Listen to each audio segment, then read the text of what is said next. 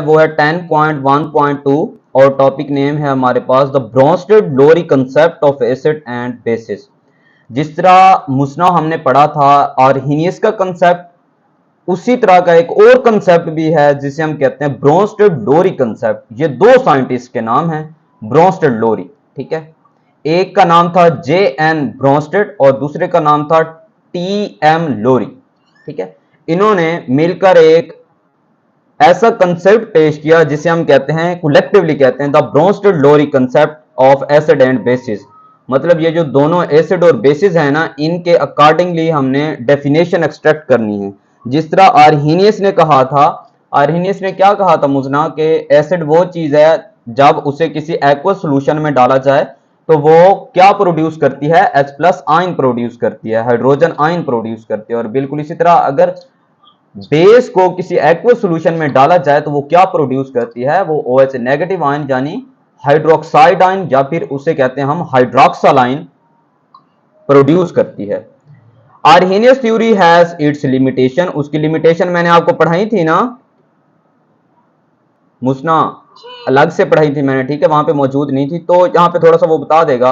It applies two aqueous solution. ये देखें aqueous solution के लिए होता है, नॉन एक्वस सॉल्यूशन के लिए नहीं होता। It does not explain why compounds such as, ये दूसरी इसकी है एप्लीकेशन, ठीक है, दूसरी लिमिटेशन है इसकी। ये पहली है कार्बन डाइऑक्साइड में H पॉजिटिव आयन तो है ही नहीं, हाँ एसिडिक है, इसकी इसलिए लिमिटेशन है। एक्सीलेंट, यही बताया था मैंने आपको। और NH3 के बारे में क्या बताया था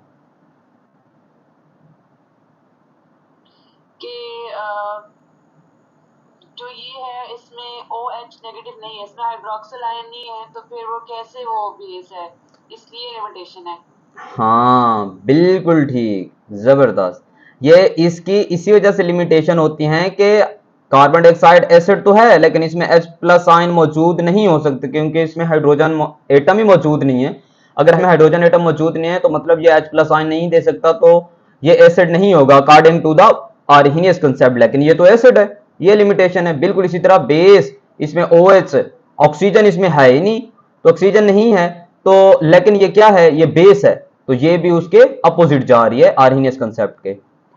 Y compounds such as carbon dioxide and sulfur dioxide etc are acidic substances like NH3 are bases। ये bases क्यों है, ठीक है।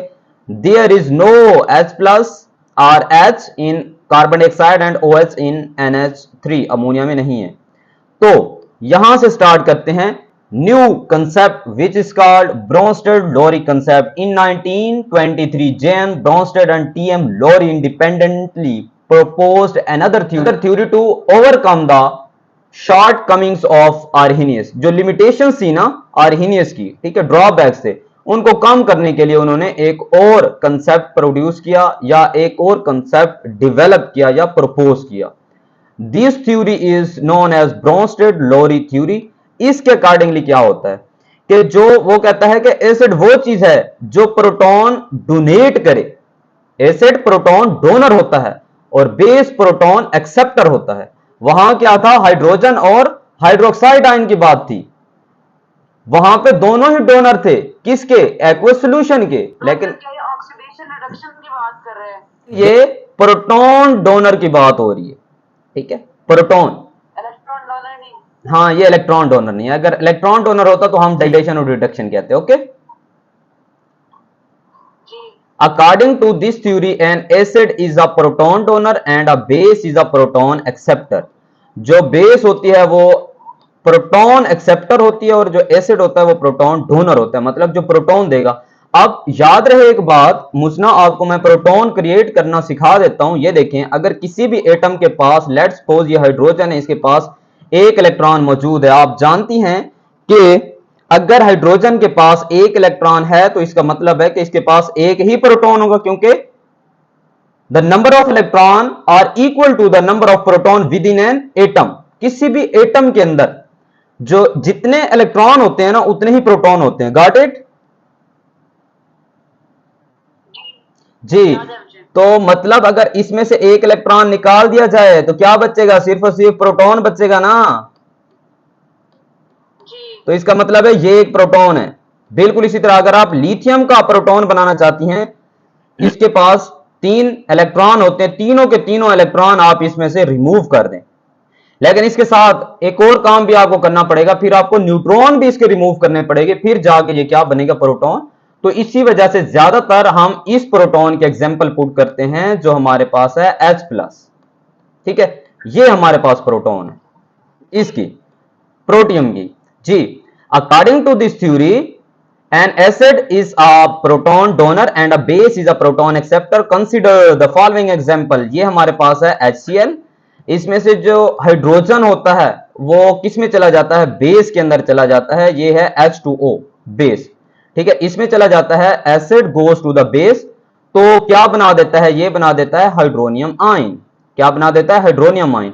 मतलब इसमें एक और हाइड्रोजन ऐड होता है और इस पर पॉजिटिव चार्ज आ जाता है। पॉजिटिव चार्ज आने की वजह, ऑक्सीजन की वैलेंसी तो मुजना होती है -2, लेकिन ये देखें यहाँ पे उसने 3 बॉन्ड बनाए हुए हैं 3 हाइड्रोजन के साथ, और एक लोन पेयर भी मौजूद है। इसी वजह से इस पर चार्ज पॉजिटिव आ जाता है, क्योंकि इस पर बोझ बढ़ गया, बोझ बढ़ गया, एक और हाइड्रोजन एटम का बोझ बढ़ गया। तो इसी वजह से ये जो हाँ, ये जो था ये H पॉजिटिव था, बिल्कुल। ये जो यहाँ पे आएगा ना, ये H पॉजिटिव होगा, ये प्रोटॉन ही होगा। पॉजिटिव साइन उसी का है, H पॉजिटिव का साइन है, क्योंकि H तो चला गया और पॉजिटिव साइन भी इसका वो चला नहीं गया। नहीं नहीं नहीं, ये मैं आपको बात समझा देता हूँ, ये बड़ा अच्छा क्वेश्चन था आपका, ये भी समझा देता हूँ। देखें, ये है कंप्लीट हमारे पास hydronium ion, not a hydrogen ion, पहली बात। दूसरी बात, ये जो स्क्वायर ब्रैकेट होती है ना, ये कंप्लीट का बता रही होती है, कंप्लीट का। ठीक है, ये जो हमारे पास स्क्वायर ब्रैकेट है ये कंप्लीट का बताती है, ना कि एक हाइड्रोजन का बताएगी। ये पूरे एक मॉलिक्यूल का बता रही है कि इसके ऊपर पॉजिटिव चार्ज मौजूद है। ठीक है, ओके, यहां से H+ आयन ही आता है। H+ आयन का मतलब प्रोटॉन ही होता है, जो कि ऑक्सीजन में ऐड होता है, ऑक्सीजन के साथ बॉन्ड बना सकता है। जैसे उसके साथ बॉन्ड बनाएगा, H पॉजिटिव यहां पे क्रिएट हो जाता है, और जो दूसरी स्पीशी होगी वो होगी क्लोराइड आयन, क्योंकि यहां से जब ये डिसोसिएट होती है तो इस पर चार्ज क्या आ जाता है, नेगेटिव चार्ज आ जाता है। क्यों आता है, क्योंकि क्लोरीन प्रोटॉन बनाने के लिए, इसको प्रोटॉन, हाइड्रोजन को प्रोटॉन बनाने के लिए उसमें से एक इलेक्ट्रॉन ले लेती है। जैसे ही हाइड्रोजन में से एक इलेक्ट्रॉन निकलता है तो ये H पॉजिटिव में कन्वर्ट हो जाता है, और H पॉजिटिव क्या होता है, ये प्रोटॉन होता है। हाँ जी, ये यहां पे ऐड हो जाता है और ये हाइड्रोनियम आयन बन जाता है और ये क्लोराइड आयन है। Got it? जी, समझ आ गई? कोई क्वेश्चन है इसमें से? नहीं। ओके, अब ये वाले एग्जाम्पल आप मुझे जल्दी से सॉल्व करके बताएं कि ये कैसे है।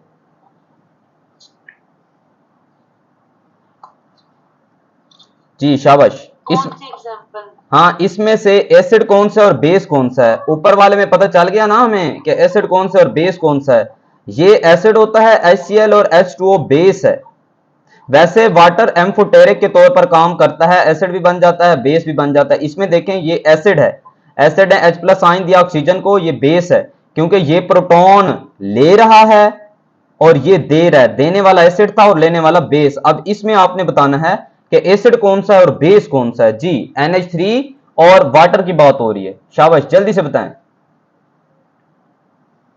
एक है हमारे पास अमोनिया, ठीक है, जिस तरह ऑक्सीजन के पास लोन पेयर थे, इसी तरह नाइट्रोजन के पास भी लोन पेयर मौजूद होते हैं, और नाइट्रोजन की जो वैलेंसी होती है वो होती है -3।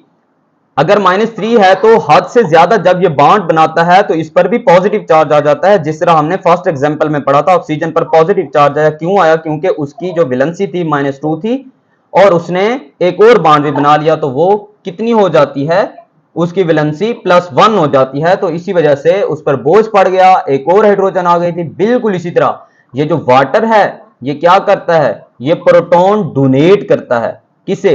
अमोनिया को। तो ये क्या बन जाता है, ये एसिड बन जाता है। बिल्कुल इसी तरह अमोनिया क्या करता है, H+ आयन या प्रोटॉन लेता है और वो क्या बन जाता है, वो बेस बन जाता है। Proton donor is called acid, proton acceptor is called base. अब याद रहे, आपने गलती कौन सी करनी है, आपने गलती ये करनी है कि आपने एग्जाम्पल में रिएक्टेंट को मिक्सअप कर देना है। एक में देख लें, फर्स्ट एग्जांपल में जो वाटर है वो बेस है, सेकंड एग्जांपल में जो वाटर है वो एसिड है। इसीलिए मैंने आपको कहा था ये दोनों के तौर पर काम कर सकता है, एज अ एसिड और एज अ बेस, क्योंकि ये एक एम्फोटेरिक है। वाटर का मॉलिक्यूल क्या है? एम्फोटेरिक है। ऊपर वाली एग्जांपल में वो क्या करता है? एज अ बेस एक्ट करता है, और नीचे वाले एग्जांपल में एज अ एसिड एक्ट करता है। ऊपर वाले में हाइड्रोजन आयन या फिर प्रोटॉन वो रिसीव करता है, और इसमें प्रोटॉन वो डोनेट करता है अमोनिया को। Got it? मतलब कि जो वाटर की जो है एसिड बनेगा या फिर एसिड बनेगा या बेस बनेगा, तो ये दूसरे कंपाउंड पर डिपेंड करता है। हाँ, जो एलिमेंट रिएक्शन है जी जी जी, बिल्कुल ठीक, उसी पर ही डिपेंड करेगा जो सामने वाला इसके साथ रिएक्टेंट होगा। ठीक है। और इस पर भी उसी तरह पॉजिटिव चार्ज आ जाता है कंप्लीटली, और इस पर नेगेटिव चार्ज, जिस तरह क्लोरीन पर नेगेटिव चार्ज था, यहां भी नेगेटिव चार्ज। तो ये बन रहा है हमारे पास क्या? ये एसिड है और ये बेस है।